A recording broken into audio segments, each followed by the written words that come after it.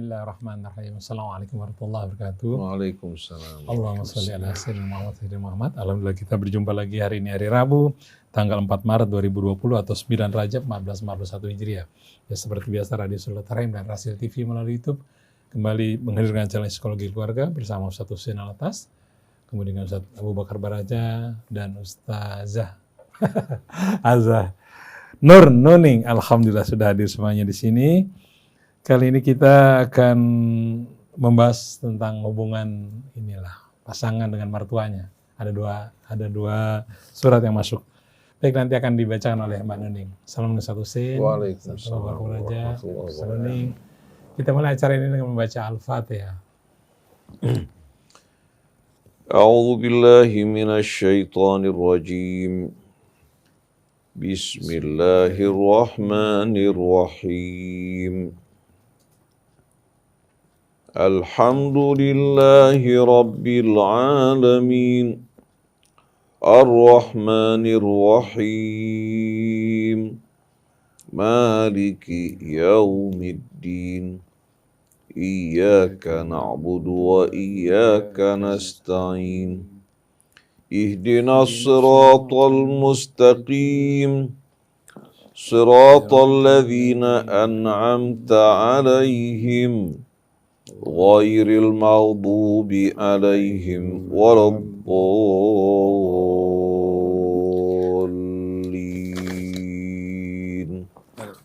Baik, Iwan dan Nawat, untuk kasusnya seperti apa? Pokoknya tentang mertua ya, akan dibacakan oleh Mbak Nuning. Silakan. Terima kasih Mas Krisna. Assalamualaikum warahmatullahi wabarakatuh. Ustaz Husain, Ustaz Abu Bakar, dan ikhwan akhwat rahimakumullah. Untuk dua kasus hari ini, mudah-mudahan ibu mertua menyimak dan para menantu juga, karena menurut Ustadz Abu Bakar tadi waktu off air nggak ada masalah antara siapapun di dalam keluarga.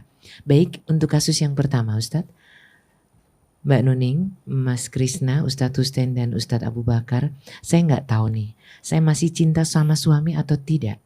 Karena terus terang suami saya ini lebih sayang sama ibunya dan juga saudara-saudaranya dibandingkan dengan saya.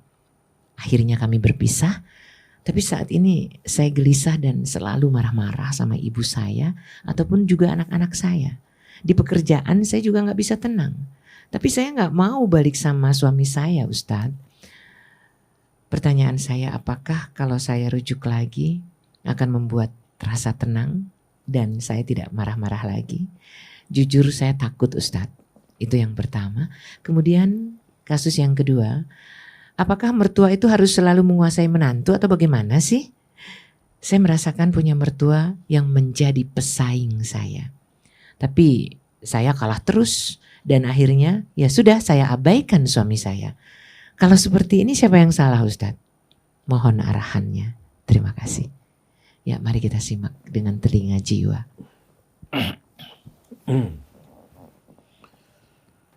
A'udzu billahi minasy syaithanir rajim. Bismillahirrahmanirrahim. Alhamdulillahi rabbil alamin hamdan katsiran thayyiban mubarakan fi kama yuhibbu rabbuna wa yarda. Allahumma salli wa sallim wa barik ala abdika wa rasulika sayyidina wa nabiyyina Muhammadin wa alihi wa sahbihi wa sallim. Subhanaka la ilma lana illa ma 'allamtana innaka antal alimul hakim wa la hawla wa la quwwata illa billahil aliyyil azim. Rabbana atina min ladunka rahmah wa hayyi' lana min amrina rasyada. Rabbana zidna ilman wa alhiqna bis salihin. Amma ba'du, ikhwan akhwat, pendengar, pemirsa yang dirahmati Allah. Itu pula ikhwan yang menemani kita pagi hari ini, Ustaz Abu Bakar Baraja, Mas Krisna, Ibu Hajah Nur, dan semua kru Rasil yang bersama kita pagi hari ini maupun yang sedang tidak bertugas. Assalamullahi alaikum jami'an wa rahmatullahi wa barakatuh.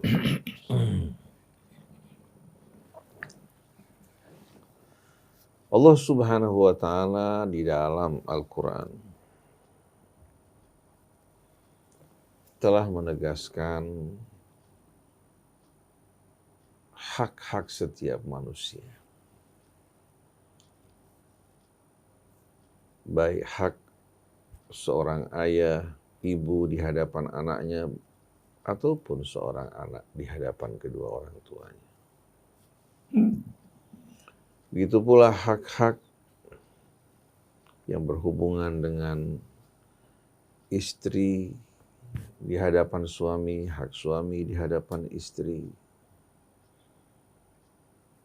Semua telah ditegaskan Allah Subhanahu wa taala dalam kitabnya, begitu pula di antara sesama manusia, agar tidak terjadi kezaliman. Allah Subhanahu wa taala menerangkan dalam kitab sucinya berkaitan dengan hak kedua orang tua. Wawasainal insana biwalidayhi ihsana hamalathu ummuhu kurhan wa wada'athu kurha wa hamluhu wa fisaluhu 30 syahra. Kami wanti-wanti berpesan, berwasiat kepada setiap anak manusia untuk selalu bersikap baik kepada ayah ibunya. Terutama sekali seorang ibu yang mengandung dengan susah payah, melahirkan juga dengan susah payah dan berat. Setelah itu masa penyapiannya selama 2 tahun. Tidak hanya sampai di sana, tapi seorang ayah dan ibu, perhatian mereka, seluruh kemampuan mereka persembahkan untuk menumbuhkan anaknya agar tumbuh dalam keadaan yang lebih baik. Mereka berkorban, mengorbankan kepentingan mereka, istirahat mereka, bahkan berbagai macam kenikmatan-kenikmatan yang dapat dirasakan oleh banyak orang. Mereka mengalah daripadanya untuk kepentingan anak-anak mereka. Bukan hanya 1 bulan, 2 bulan, 1 tahun, 2 tahun, tapi bertahun-tahun. Bahkan setelah anak mereka berkeluarga pun tetap di mata orang tua mereka adalah anak-anak. Tidak pernah ada kata mantan anak.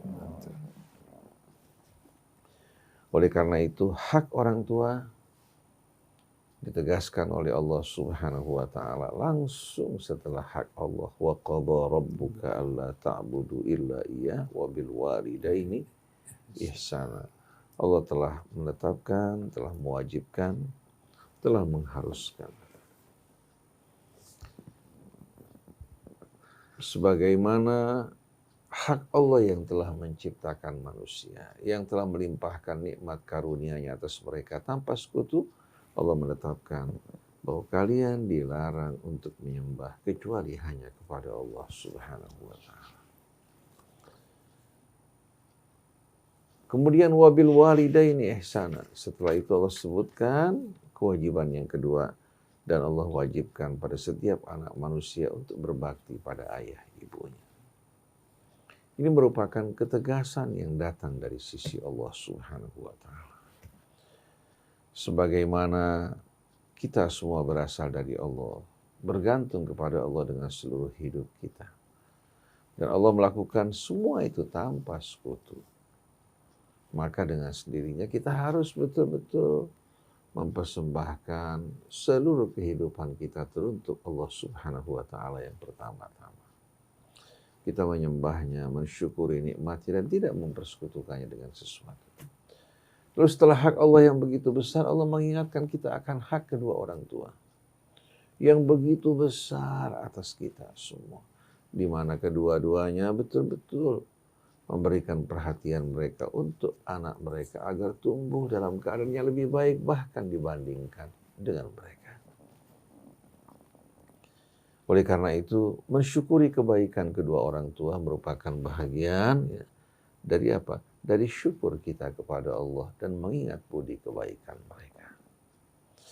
Lalu kalau kita bandingkan dengan peran istri, seorang wanita menikah dengan seorang pria. Setelah pria tersebut dalam keadaan matang, dalam keadaan mampu untuk memberikan nafkah bagi istrinya, Kira-kira ada nggak wanita yang mau menikahi seorang laki-laki ya, yang tidak memiliki kemampuan? Nah, seorang wanita harus mengingat bahwa kemampuan yang ada pada suaminya merupakan jerih payah usaha perjuangan dari kedua orang tuanya. Kalau orang tua mereka menanam dari mulai awal, sedangkan seorang wanita menikmati hasil tanaman dari kedua orang tuanya. Oleh karena itu, seorang wanita harus mensyukuri kebaikan dari apa? Dari orang tua suami yang telah menghadiahkan baginya seorang suami yang baik, bertanggung jawab, dan membantu suaminya untuk berbakti bersyukur kepada kedua orang tuanya. Dan di sini seorang wanita seharusnya tidak menjadikan mertua sebagai saingan. Tapi setiap kali memandang mereka, mensyukuri kebaikan yang dilakukan oleh sang mertua dengan mendidik seorang laki-laki yang menjadi pria yang mendampingi hidupnya dengan penuh tanggung jawab. Oleh karena itu saya heran kalau seandainya seorang wanita beranggapan bahwa mertua itu merupakan saingannya. Seharusnya tidak seperti ini. Dan seorang wanita harus memahami kedudukannya dan juga batas-batasnya. Kalau dia melampaui batas, dia akan memasuki wilayah orang lain. Dia harus memahami batas kedudukannya bahwa hak seorang ayah ibu ya, di hadapan anaknya itu lebih besar daripada hak suami terhadap istrinya. Daripada hak istri terhadap suami. Jadi hak orang tua jauh lebih besar. Sampai dalam pembagian waris pun kita lihat. Seorang ayah ibu di saat ada anak ya, masing-masing mendapatkan 1/6. Sedangkan seorang istri hanya mendapatkan 1/8. Kalau tidak ada anak, seorang istri mendapatkan 1/4. Sedangkan bahagian orang tua lebih besar. Jadi pembahagian hak ini sesuai dengan peran mereka dalam kehidupan ini. Kalau orang tua tidak ada yang namanya mantan orang tua. Kalau istri ada mantan istri. Hubungan suami istri karena perkawinan, sedangkan hubungan orang tua dengan anak adalah hubungan nasab. Jadi seharusnya seorang istri betul-betul mendukung suaminya untuk dapat berbakti kepada ayah ibunya. Ini yang akan membawa keberkahan bagi mereka. Dan kelak satu hari nanti, wanita ini yang sekarang sebagai istri, besok akan menjadi seorang ibu. Dan pada saat itu anak-anaknya, kalau dia melakukan kebaktian dan mendukung suaminya untuk berbakti, anak-anaknya insya Allah akan menjadi anak-anak yang soleh berbakti kepada dirinya. Jangan seperti sebagian wanita yang mempergunakan standar ganda. Waktu menjadi istri menguasai suami, bahkan memisahkan dari orang tuanya. Waktu menjadi ibu menguasai anaknya. Bahkan wanti-wanti berpesan pada anaknya untuk tidak mendekatkan suaminya kepada kedua orang tuanya. Kamu harus jadi istri yang pandai. Jangan biarkan suami kamu dekat dengan orang tua dan saudara-saudaranya. Apalagi suami kamu itu anak pertama. Jangan biarkan dia terlalu dekat dengan adik-adiknya. Nanti akhirnya pendapatan dia digunakan untuk memberikan nafkah buat saudara-saudaranya. Sikap semacam ini, sikap yang amat dibenci oleh Allah Subhanahu wa Ta'ala. Selagi seorang laki-laki sebagai suami memberikan nafkah, tanggung jawab yang penuh, memperlakukan istrinya dengan baik dan mulia, maka seorang wanita harus bersyukur pada Allah Subhanahu wa Ta'ala. Dan di samping kewajiban dia pada Anda sebagai istri, dia punya kewajiban pada orang tuanya. Dulu orang tuanya muda, masih kuat bersusah payah untuk anaknya. Pada saat orang tuanya dalam keadaan tua, maka anak punya kewajiban terhadap kedua orang tuanya.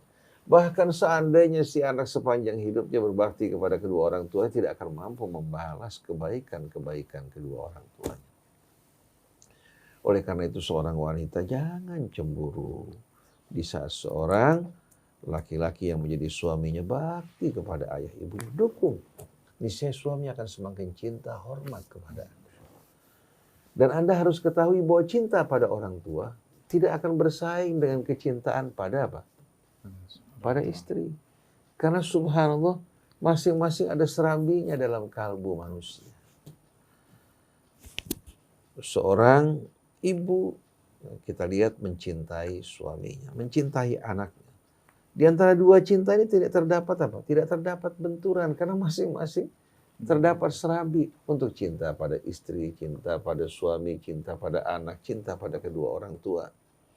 Di saat cinta tersebut dipupuk, dipelihara, dia akan terus subur. Subhanallah, akan membuat masing-masing mendapatkan bukan hanya kecukupan, bahkan berlebihan. Karena cinta semakin diasah, semakin diasuh, dia akan terus hadirin sekalian meluap. Laksana samudra yang tak pernah kering. Tapi apabila cinta diabaikan, tidak dipupuk dan disiram, lama-lama akan melahirkan kekeringan, kegersangan, bukan hanya kepada Anda, tapi juga kepada yang lain. Jadi tidak terdapat sama sekali benturan yang mengharuskan orang bersaing di antara cinta kepada orang tua, cinta kepada istri, cinta kepada anak, teman, masing-masing ada serambinya dalam kalbu manusia. Oleh karena itu, saya berikan pesan, ya, nasihat buat ibu yang berpisah dengan suami karena menyaksikan suami begitu berat pada kedua orang tuanya, bahkan kepada saudaranya. Kembali pada suami. Bersihkan hati ibu, lapangkan dada, dan dukung suami yang berbakti kedua orang tua. Niscaya ibu akan mendapatkan cinta dari suami, cinta dari mertua, dan pertama-tama cinta dari Allah Subhanahu wa Ta'ala. Dan kegelisahan di hati ibu akan hilang. Tapi di saat ibu menjauh berlari, ibu akan mengalami ketegangan, pala yang penat, hati yang gundah gulana, pekerjaan yang tidak menentu, keberkahan yang akan dicabut oleh Allah Subhanahu wa Ta'ala.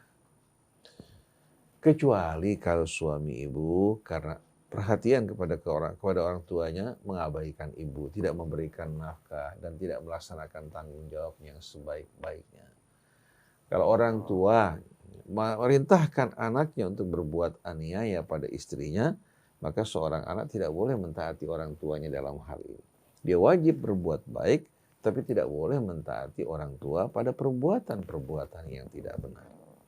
Jadi kalau ada seorang anak menjumpai kedua orang tuanya, memerintahkan dia berbuat aniaya pada istrinya, katakan pada orang tuanya, Abah, Umi, saya wajib taat, berbakti, berbuat baik pada ayah ibu. Tapi saya tidak boleh mentaati ayah ibu dalam urusan yang diharamkan Allah Subhanahu wa Ta'ala. Karena ini akan mencelakakan ayah ibu, mencelakakan juga saya. Allah tidak menyukai orang yang berbuat zalim. Selagi menyangkut hak ayah ibu, saya siap untuk menjalankan tugas saya sebagai seorang anak. Tapi kalau sudah menyangkut hak orang lain, berbuat aniaya kepada mereka, ini perbuatan yang akan merugikan kita di dunia maupun di hari akhir. Jadi seorang anak harus menjaga keseimbangan. Dan sebaiknya memang seorang anak tidak kumpul bersama orang tuanya. Di saat dia menikah, dia berpisah. Supaya apa?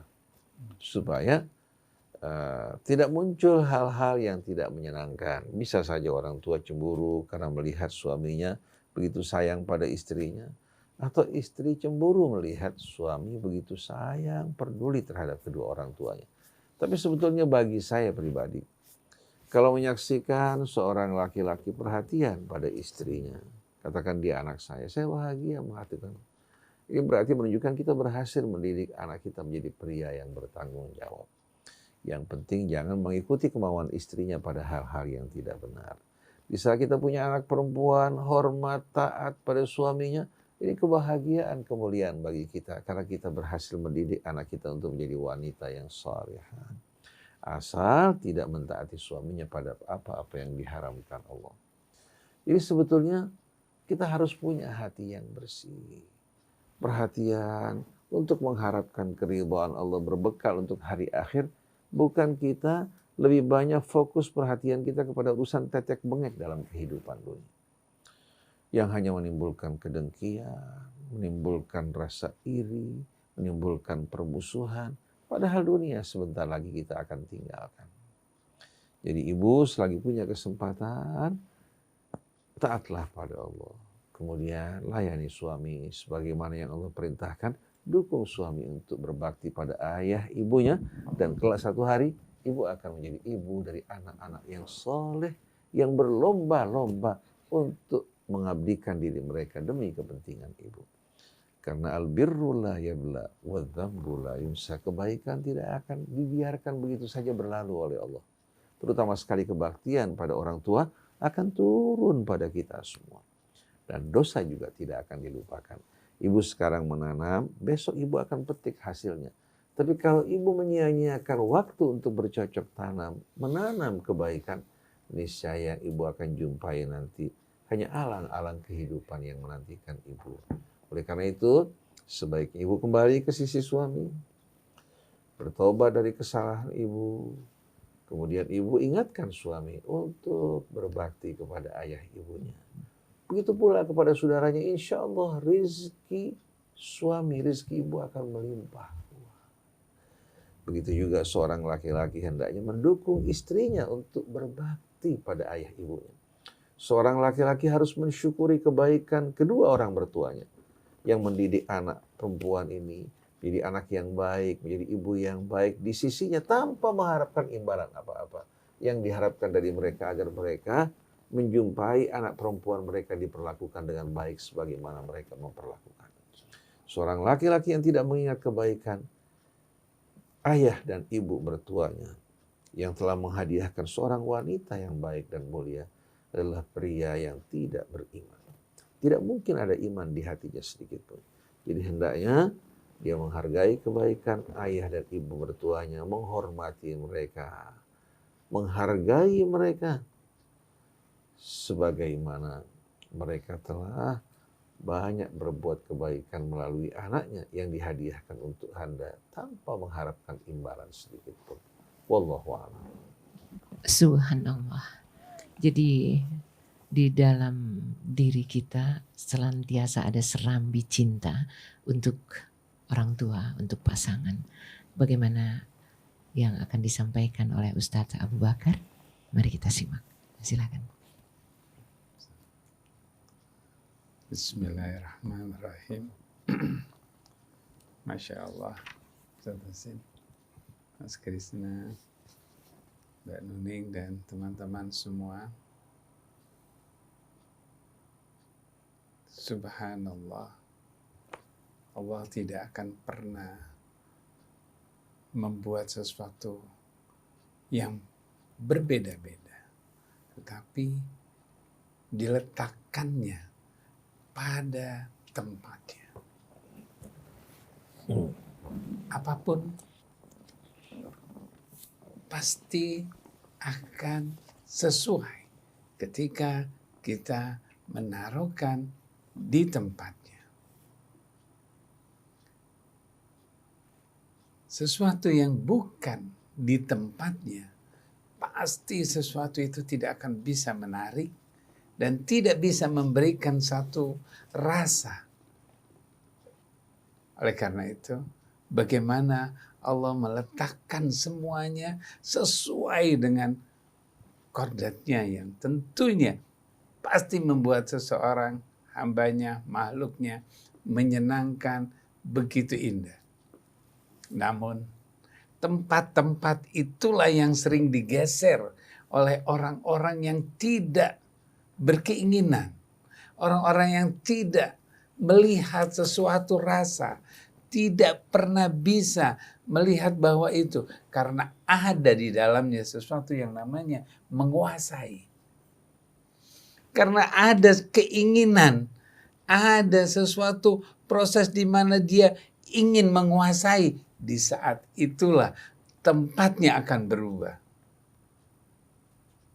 Seorang anak akan memposisikan diri menjadi seorang anak. Seorang ibu akan menjadikan diri menjadi seorang ibu. Begitu juga seorang istri, tetangga, teman.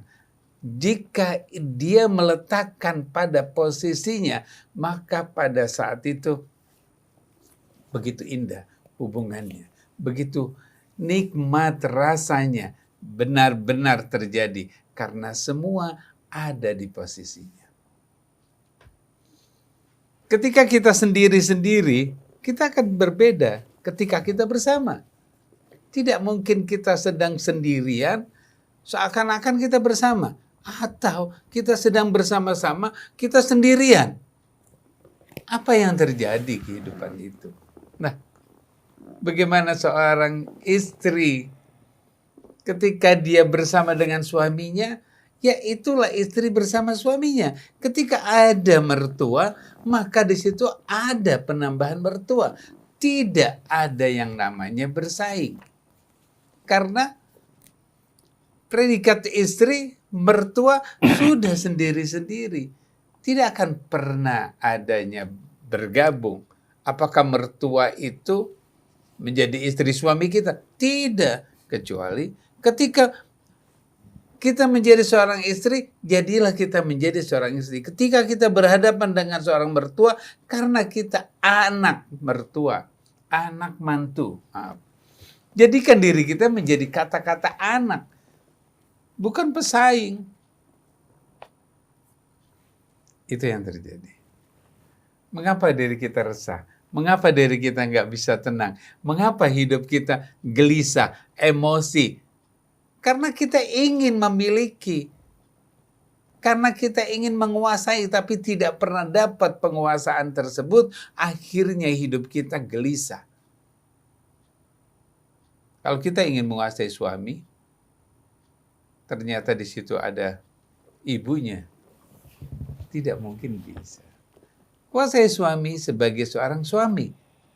Ketika dia lagi punya ibunya, dia sedang bersama anak-anaknya, perhatikan.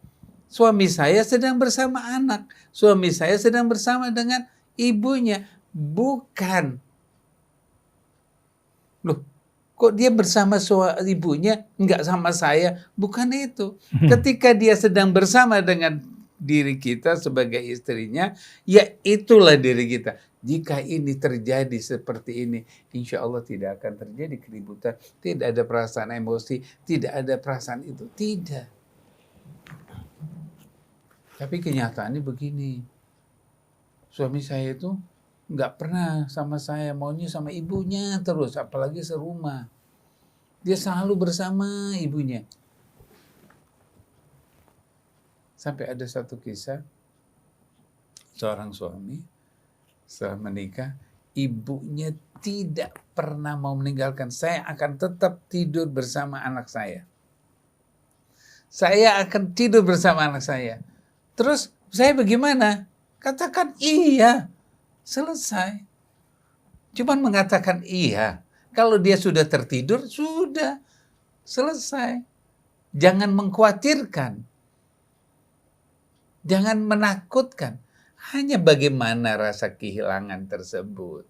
Oleh karena itu, kalau seorang istri yang pandai, bagaimana si ibu tidak pernah merasakan kehilangan anaknya? Sampaikan kepada ibunya. Informasi tentang siapa? Tentang anaknya. Kalau kita memberikan informasi kepada ibu itu tentang anaknya, maka si ibu akan merasa tenang karena anaknya akan dijaga oleh istrinya, oleh mantunya. Jadi si ibu akan merasa tenang. Tapi kalau misalkan kita sebagai seorang istri menutupin, suami kamu di mana? Nggak tahu. Oh, mertua bilang, oh kamu menyembunyikan anak saya. Jangan, sampaikan apa adanya. Kalau misalnya ibunya bertanya, jam berapa nanti suami kamu pulang? Emang kenapa, Bu?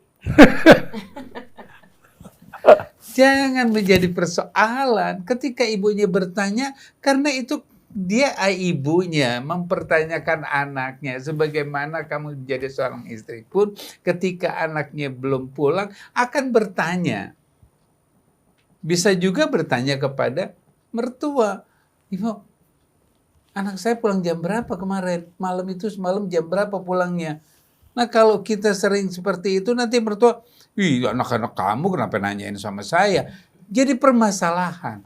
Tapi kalau kita saling berinteraksi dengan positif, informasi, menyampaikan pesan, kebaikan, menyampaikan kenangan-kenangan, berikan cerita-cerita yang menarik tentang anaknya, berikan kebahagiaan-kebahagiaan dari anaknya kepada mertua. Ya Allah, pasti kamu minta apa saja dikasih. Mau minta apa saja dikasih. Nah, oleh karena itu, nggak perlu kita bersaing sama siapapun. Walaupun sama istri keduanya juga nggak perlu bersaing. Karena kita adalah dirinya. Karena kita adalah seperti ini. Nggak akan mungkin ada sama rasa sayang ketika seorang suami sayang kepada istrinya. Itulah rasa sayang kepada istri. Berbeda rasa sayang dengan anak. Berbeda rasa sayang dengan mertua. Berbeda rasa sayang sama orang lain. Atau katakan sahabatnya. Atau teman SMA-nya. Berbeda rasa sayangnya. Ketika dia berhadapan dengan teman, sahabat waktu masa SMA. Dengan istrinya. Rasa sayangnya berbeda. Oh, nanti rasa sayang diambil. Tidak pernah akan diambil. Dan tidak akan pernah terkikis. Yang mengikis adalah diri kita sendiri. Ketika seorang suami sayang sama istrinya. Kenapa kok dia nggak begitu sayang? Karena kita kikis rasa sayang. Karena kita kurangi rasa sayang suami kepada kita. Loh, kan saya kepingin. Iya, karena kita sendiri ketakutan. Rasa sayang suami kepada diri seorang istri. Karena kita ketakutan diambil sama mertua. Maka yang kita perhatikan adalah rasa sayang suami kepada mertua. Bukan kepada kita. Saya ulangi. Karena kita punya rasa takut. Rasa sayang suami itu berkurang dengan kita karena pikiran kita punya rasa takut bahwa rasa sayangnya itu diambil sama mertua karena dia harus memperhatikan terus. Si istri memperhatikan siapa? Memperhatikan suaminya begitu sayang sama ibunya.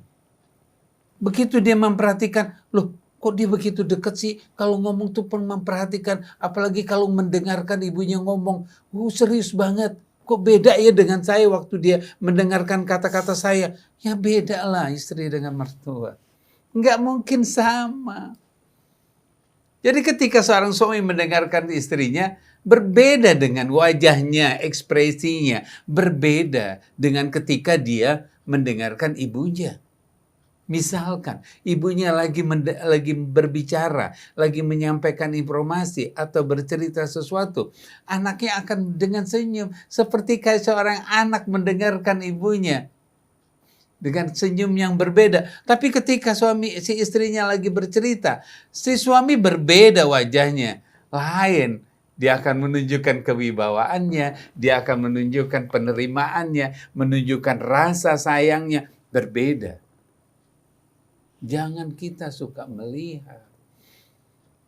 Kalau kita sering melihat suami kita, apa yang diberikan, apa yang dibicarakan, kedekatannya, kemudian kita hanya melihat saja. Kita tidak pernah merasakan bagaimana kedekatan suami kepada kita, bagaimana suami berbicara dengan kita, bagaimana suami mendengarkan diri kita. Kita hanya terbayang bagaimana suami terhadap ibunya. Kita tidak akan pernah merasakan kasih sayang dari suami. Sama dengan anak. Kalau kita hanya merasakan melihat bahwa anak kita itu kalau sama neneknya kok enak banget, deket banget. Tapi kalau sama saya kayak gini. Tapi karena kita ingin anak kita itu seperti kayak pada neneknya. Ya nggak bisa. Apa kita menjadi nenek anak itu kan nggak mungkin. Nanti kalau kamu menjadi nenek akan muncul yang sama. Oleh karena itu posisi peletakan itu harus pada tempatnya. Peletakan itu pada tempatnya. Oleh karena itu seni meletakkan itu sangat indah. Belajar menaruh pot di meja. Perhatikan pot itu. Apakah harus di pinggir, harus di tengah? Perhatikan kita. Begitu juga kita memperhatikan suami. Oh, dia sedang memberikan kasih sayang pada ibunya. Itu dia. Oh, dia sedang memberikan kasih sayang kepada anaknya. Itu dia. Oh, dia sedang lagi berbicara dan memberikan kasih sayang kepada saya sebagai istrinya. Ambil. Ketika dia berikan kasih sayang pada ibunya, jangan kita ambil. Ketika dia memberikan kasih sayang pada anaknya, jangan kita rebut. Jangan. Berikan kesempatan dia. Ketika dia sudah memberikan kesempatan kasih sayang pada anaknya, kepada ibunya, pasti dia akan memberikan kasih sayang pada istrinya. Pasti. Karena itu merupakan proses sunnatullah. Itu yang ada pada rasa manusia. Mengapa dia tidak memberikan kepada kita? Karena kita hambat. Kenapa kok dia nggak sayang sama kita? Karena kita meletakkan, kita menutup diri kita. Karena kita bersaing. Karena kita memperhatikan orang lain, bukan memperhatikan kepada diri kita. Bukan. Oleh karena itu, kembali. Tenang. Kita tidak akan pernah emosi. Karena kita tidak ingin menguasai perasaan kita sendiri. Karena kita tidak ingin menguasai perasaan kita sendiri. Seorang yang tenang itu, dia tidak menguasai perasaannya. Tapi dia bisa mengatur perasaannya. Kalau perasaan kita sudah kuasai, maka kita akan memegangi, kita akan terus berputar dengan perasaan tersebut. Perasaan kesel kalau kita atur. Kapan kesel itu harus kita sampaikan? Kapan kesal itu kita akan letakkan di mana kita kesal. Pada tempatnya. Kita marah, di mana marahnya? Kapan kita harus marah? Saat bagaimana kita marah? Untuk apa kita marah kalau kita sendiri tidak tahu kita harus marah? Mengapa kita tidak tahu? Karena kita harus marah. Karena kita menguasai. Ketika seseorang sudah bisa menguasai sesuatu, maka dia tidak pernah tahu apa yang dikuasainya. Tapi kalau dia memegangnya, mengaturnya, pada saat itu, itulah dalam dirinya. Insya Allah. Ketika kita benar-benar mampu melihat letaknya, mampu melihat posisi yang sebenarnya, pasti rasa itu akan ada pada kita. Itulah hak dan kewajiban seseorang untuk bisa bahagia. Terima kasih. Keren banget ya kalau kita bisa menempatkan diri sesuai dengan kadarnya. Serambi cinta kita untuk masing-masing yang harus kita cintai pasti penuh. Dan Ustadz, boleh kita langsung ke pertanyaan yang dikirim ya? Ada beberapa, Mas Krisna. Kalau kata mama saya dulu, menikah itu harus selalu belajar saling memahami. Bukan cuma memahami pasangan, tapi juga memahami keluarga keduanya. Terima kasih Ustadz Rasil dari Bunda Fajar. Sementara Mbak Hani mengatakan pengalaman menyayangi dan menghormati ibu mertua sama dengan ibu kita sendiri akan menimbulkan rasa sayang yang lebih dari ibu mertua kepada menantunya. Nah, yang berikutnya ini Ustadz, mertua baik banget tapi seneng ngatur suami, anaknya sendiri yang sering sebel padanya. Bagaimana menyadarkan suami kalau itu ibunya? Halo, patuhi ibumu. Tapi dia ngatur banget. Kamu jangan gitu sama anak-anak ya. Oke. Ada kasus seperti ini, silakan. Bismillahirrahmanirrahim. Allahumma sholli ala Muhammad wa ala alihi. Ayah dan ibu bagi anak-anaknya tetap ayah ibu, dan anak tetap seorang anak di hadapan ayah ibunya. Jadi jangan seorang anak beranggapan setelah dia berumah tangga, dewasa, perhatian ayah ibunya akan berkurang. Sama sekali tidak. Dan jangan beranggapan bahwa mereka seolah-olah di mata ayah ibu bukan lagi anak setelah berkeluarga. Ada sebuah kisah menarik ya. Seorang ayah yang sudah cukup tua menyaksikan anaknya naik untuk memperbaiki atap rumahnya, cukup tinggi. Si ayah di bawah bergelisah. Hmm. Dibilang, nak, turun, hati ayah tidak tenang. Ayah ini dari mulai kecil kita dikhawatirkan, diatur, sampai sudah tua seperti ini. Saya sudah punya anak ya, sudah punya istri, sudah berkeluarga. Tetap kamu turun, kalau tidak ayah gelisah. Tapi si anak ini nggak mendengarkan orang tua. Akhirnya si ayah ke dalam, diambil anaknya laki-laki yang di atas cucunya. Lalu kebetulan ya, matahari dalam keadaan apa? Terang. Si cucu digendong di tengah-tengah hingga terkena matahari. Si anak begitu melihat, ya bawa ke dalam ya, panas, menyengat. Dia suka main sama kakeknya, Bu. Ya, tolong bawa ke dalam ya. Dia bilang anak lagi senang bermain, kamu dihalang-halangi gimana sih?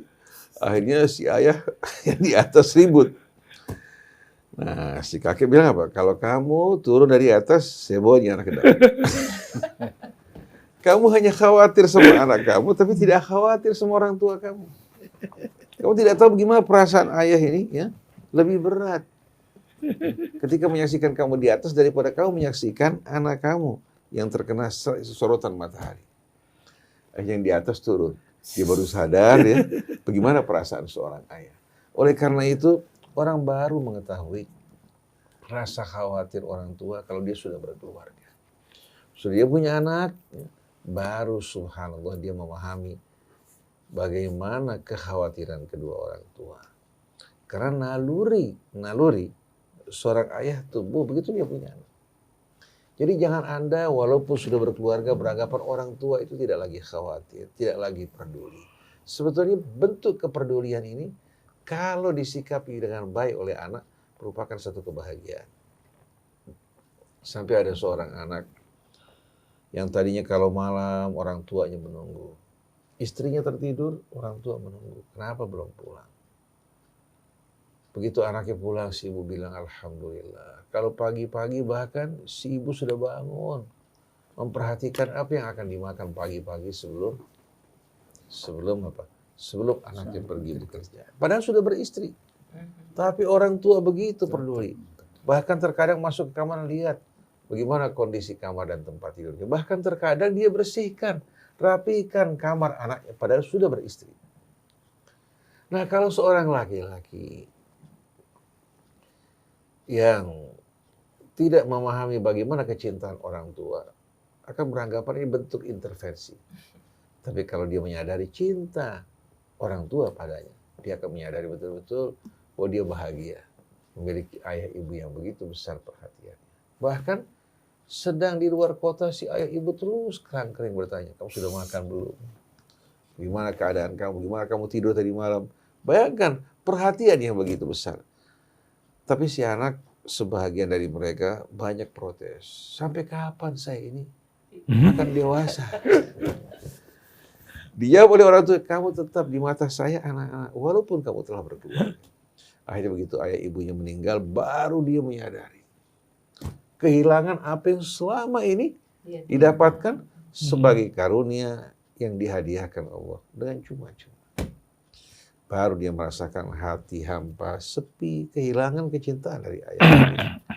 Oleh karena itu, hargai kasih sayang kedua orang tua kita selagi mereka bersama kita. Begitu mereka pergi akan timbul penyesalan kelak. Wallahu a'lam. Bagaimana Ustadz Abu Bakar? Masya Allah. Bismillahirrahmanirrahim. Memang rasanya tidak enak ketika kita diatur. Memang rasanya tidak menyenangkan ketika privasi kita terganggu. Memang kalau kita terintervensi rasanya nggak menyenangkan. Namun aturan intervensi, apakah itu menjadi kebaikan buat kita ataukah kita tidak mampu menerima kebaikan itu? Ketika kita menerima kebaikan itu, meskipun bentuknya seperti intervensi, itu adalah suatu hal yang baik. Bagaimanapun orang tua tetap akan melihat seperti yang tadi diceritakan, akan memperhatikan anaknya. Meskipun anak itu dipisahkan, tapi hatinya tidak pernah bisa dipisahkan. Boleh badannya terpisah, tapi hati dan pikirannya tidak akan pernah terpisah. Dia akan tetap datang. Dia akan tetap menghampiri. Dan orang tua akan lihat. Nggak akan bisa tenang hidupnya orang tua ketika dia belum pernah melihat, belum pernah mendengar, atau memberikan informasi bagaimana anaknya. Kalau dia jauh, pasti dia akan terus berpikir, membayangkan bagaimana anaknya. Nah, oleh karena itu, ketika ada bentuk aturan, terima aturan itu. Ketika itu cocok, yuk kita lakukan. Ketika itu tidak sesuai, belum sesuai, atau kita belum mampu, kita berhenti di situ, kita lakukan yang lain. Tanpa kita harus mengadakan pertentangan. Tanpa kita harus mengatakan, ini nggak benar. Tidak perlu. Tapi bagaimana aturan itu akan menjadi baik buat kita, karena kita mampu menyesuaikan kemampuan kita dengan aturan dari orang tua. Dari kecil kita diatur. Ketika kita sedang berjalan, waktu kita baru bisa berjalan, orang tua kita yang menuntun. Sekarang kita sudah besar, sudah bisa, tetap akan dituntun. Mungkin tidak dipegangin tangannya, kita yang megangin. Tapi dia tetap menuntun. Bagaimana? Pegangin tangan saya. Ibunya mengatakan gitu. Ke sana, pergi ke sana. Itu aturan, bukan kita yang menyeret. Kita yang menentukan. Yuk, Ma, jangan ke situ, ke sini aja. Oh, mamanya kesel melihat wajahnya berubah. Tapi ketika mamanya kita pegang, mau kemana? Mau jalan ke situ. Kita atrahkan. Senangnya. Karena ada kata-kata itu adalah, ih mama kok manja banget sih. Gak akan terjadi. Nah, bagaimana seorang istri? Ketika seorang suami merasa dirinya tersiksa oleh aturan orang tuanya, yang gak bisa bergerak. Bagaimana posisi sebagai seorang istri? Terima. Lakukan. Ketika mertuanya sedang mengatur suaminya, ya, istrinya yang melakukan, istrinya yang mengambil, langsung mengerjakan, sang mertua akan merasa senang. Ketika suaminya mengatakan, ih mama kok begini banget sih, kita nggak bisa apa-apa, katakan sang istri, ya, kita akan bahagia. Kita akan mampu menghadapinya. Kita akan bisa bersamanya. Dan lakukan. Ketika seorang mertua atau ibu dari suami kita memerintahkan intervensi, langsung melakukan kamar yang sudah dirapikan oleh istrinya, kita ngelihat ini suami anak saya nggak suka dengan cara yang seperti ini, dirubah. Terima kasih, Ma. Mamanya pergi, rapiin lagi. Nggak perlu kita bertengkar. Enggak, saya maunya begini. Enggak, saya maunya seperti ini. Enggak perlu. Ketika ibu istri kita, suami kita meletakkan sesuatu yang kita nggak sukai, kita diamkan. Begitu pergi ada suaminya, kita letakkan. Karena suami kita tahu yang kita letakkan. Tapi ketika kita nggak ada ibunya, letakkan lagi seperti dia menyukai. Bagaimana anaknya senang dengan letak itu. Cara makan, cara menutup makanannya, cara masakannya, ikuti. Kita ingin memberikan yang lain, bentuk yang lain. Berikan bentuk yang lain. Ketika mertua mengatakan, anak saya gak suka sampai situ, jangan sajikan ketika ada mertua. Ketika gak ada mertua, sajikan, rasakan, senangkan. Di sanalah kehidupan. Bagaimana indahnya ketika kita masih bersama dengan itu. Bagaimana sesuatu itu akan menjadi sesuatu yang serasi? Adakah keributan di situ? Tidak ada. Adakah masalah di situ? Ada. Masalahnya bersama dengan mertua, pengen tahu, tapi bukan menjadi satu permasalahan, melainkan bagaimana kita membuat masalah itu akan menjadi satu keindahan. Kalau kita benar-benar mau menyelesaikannya. Insya Allah. Terima kasih. Saya tambahkan sedikit ya. Iya. Ada seorang alim besar. Seorang alim besar sedang mengajar di tengah-tengah murid-muridnya. Itu datang seorang wanita, ibu-ibu yang tua, di tengah-tengah majelis dia panggil anaknya. Ya kebetulan ulama tersebut. Dia mengatakan, ya fulan berikan makan ternak. Di tengah majelis. Si anak mengatakan sam'an wa ta'atan. Langsung dia bangun, dia berikan makan ternak. Setelah selesai kembali dia mengajar. Dia yang berikan contoh bagi murid-muridnya bahwa hak orang tua begitu besar. Dan jangan dia tersinggung. Ketika orang tuanya memerintahkan dirinya untuk makan ternak, ketika dia sedang mengajar di tengah-tengah murid-muridnya. Orang tua adalah orang tua. Dan kalau seandainya seorang anak tahu bagaimana perasaan orang tua yang khawatir, niscaya dia akan menghargai kecintaan mereka. Dan kelak satu hari dia akan menjadi orang tua yang merasakan bagaimana rasa khawatir pada anaknya, walaupun mereka telah dewasa. Keren banget. Jadi dari beberapa pertanyaan ini yang mungkin tidak dibahas kali ini Ustadz, itu suami peduli pada ayah bunda, oke. Tapi istri harus peduli pada suami ya, bukan pada ayah bunda. Itu satu. Terus yang satunya lagi, kalau sikap suami dengan mertuanya, kemudian kewajibannya dengan orang tuanya sama atau tidak. Dan masih banyak sekali yang mengatakan sering-seringlah bahas soal mertua dan menantu. Terima kasih sekali untuk hari ini Ustadz dan Mas Krisna. Kita harus menyudahi kebersamaan kali ini. Kalau Ustadz Hussein tadi katakan bahwa kita punya serambi cinta untuk masing-masing orang yang layak kita cintai. Ustadz Abu Bakar juga kita harus memberikan porsi yang tepat sesuai dengan kebutuhan. Itu luar biasa banget. Mudah-mudahan kita bisa menjadi menantu atau mertua sebagaimana yang digambarkan oleh ustadz-ustadz tercinta kita. Mas Krisna, kita akhiri. Baik, seperti yang tadi Ustadz Abu Bakar bilang bahwa tiap rumah tangga mesti ada problem ya. Cuman bagaimana kita menanganinya ya. Terima kasih Ustadz. Kita akan jumpa lagi pada Psikologi Keluarga pada Rabu depan. Saya Muhammad Krisna, kemudian juga Mbak Nuning, Ustadz Hussein Altas, Ustadz Abu Bakar, Imada, kemudian juga Neza dan Fahri mohon pamit. Wabillahi taufiq wal hidayah. Wassalamualaikum warahmatullahi wabarakatuh. Waalaikumsalam warahmatullahi wabarakatuh.